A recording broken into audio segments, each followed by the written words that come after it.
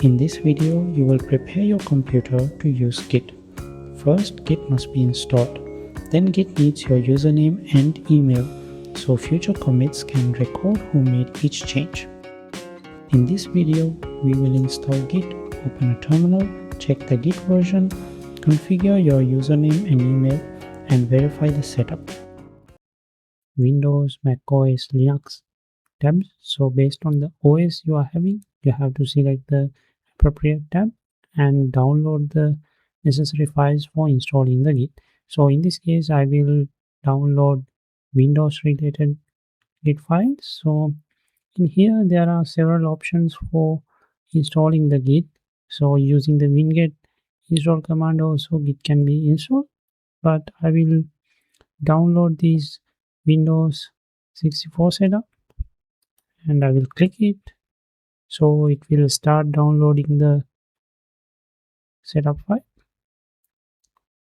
So once the setup file is downloaded, the installation process can start.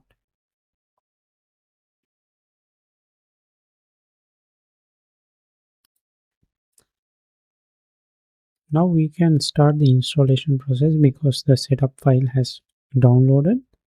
Now I'll double click on it.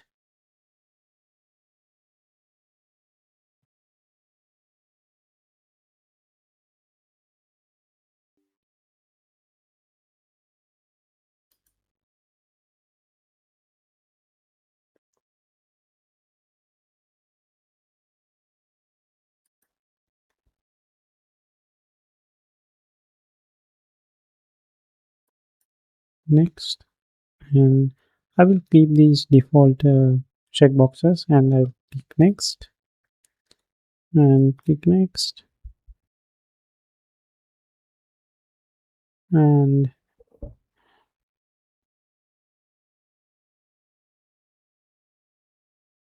I will keep the default branch name as master.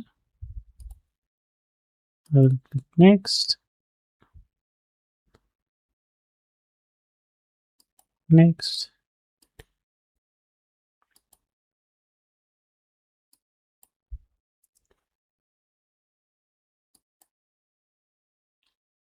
no need to change these options, so default options are okay for the installation of Git. So I'll start the installation.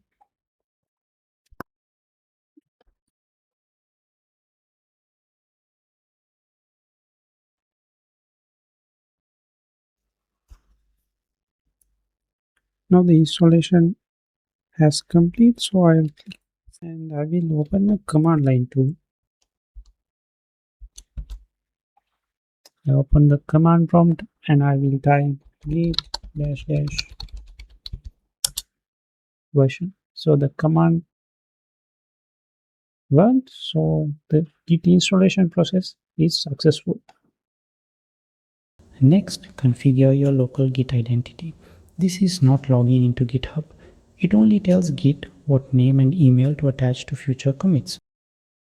Set your username with git config global user.name, then your real name inside quotes.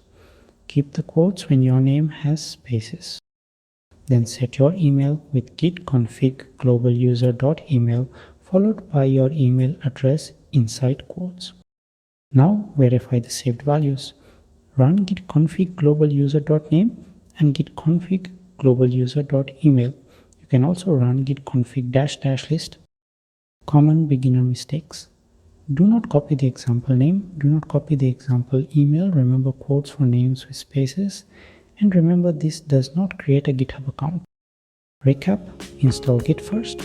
Use the terminal for Git commands. Check Git version. Configure username and user email. Then verify the configuration. At this point, Git is ready to use.